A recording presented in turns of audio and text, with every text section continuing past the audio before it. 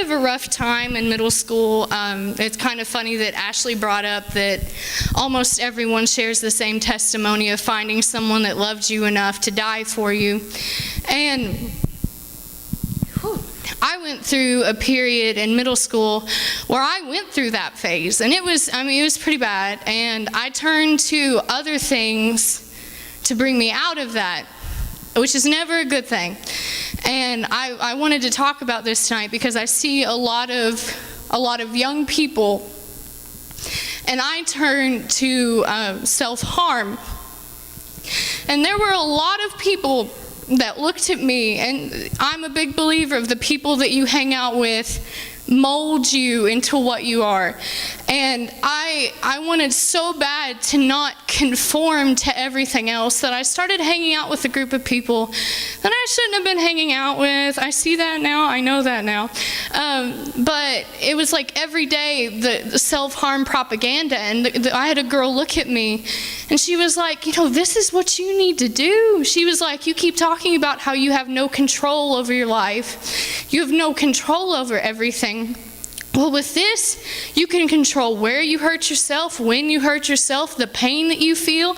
She's like, this is what you need to do. And at first I was like, wow, you're crazy. But then you start hearing more and more things, and it was such a norm for these kids that I thought, well, this must do something, because they seem like they have it all together. And what I ended up finding out was the more that I did it, and that control that I wanted, I gave it away to the razor blade or the scissors or whatever object that was near me. I was giving away more control, so I was losing that control. And it got to the point to where I hated myself so much that I was like, there is nothing keeping me here. And I was like, no one else loves me. I went through that phase where I was like, Mom, you love Zach more. We all go through it. It's not true. Your mother loves you equally. I know that. And but it was more than a phase for me. I had made myself believe that. And we all get those thoughts, and we'd lie if we say that we didn't, that, well, I'd be better off dead. I wish I had never been born. And we think that that's just normal, but it's the devil whispering in the ear, and he's trying to take that life away from you. A life that's not even ours to do with it what we want. We're bought at a price. And see, I knew that because I grew up in this church, but I didn't listen to that. And that whispering in my ear was just a little bit louder. And I remember thinking, you know what? I'm done with this.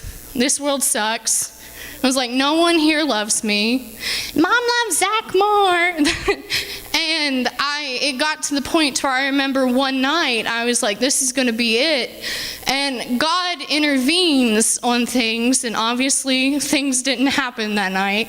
But there's a line in the Easter play where John looks at Jesus and he says, you lifted my life from the pit. And that's where I was. And I'm talking to the younger ones out here, because you will go through crap at school. You will go through crap. The world is awful right now. But don't ever think that you have to turn to other things, because you don't. There is one thing that you need to turn to, and it's not a razor blade. It's not alcohol. It's certainly not drugs. It's Jesus.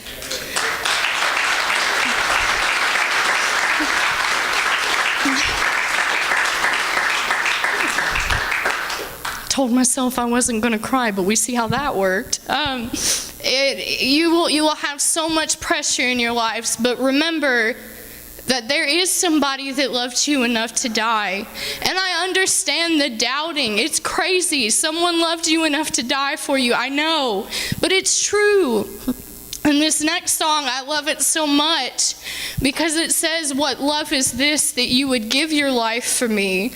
And that's where I was, and that's where I still am every day. But I wanted to kind of throw that out there because of the kids, and I know the pressures you face, and I just don't want you to turn to that for relief, because you will get nothing out of it. Okay.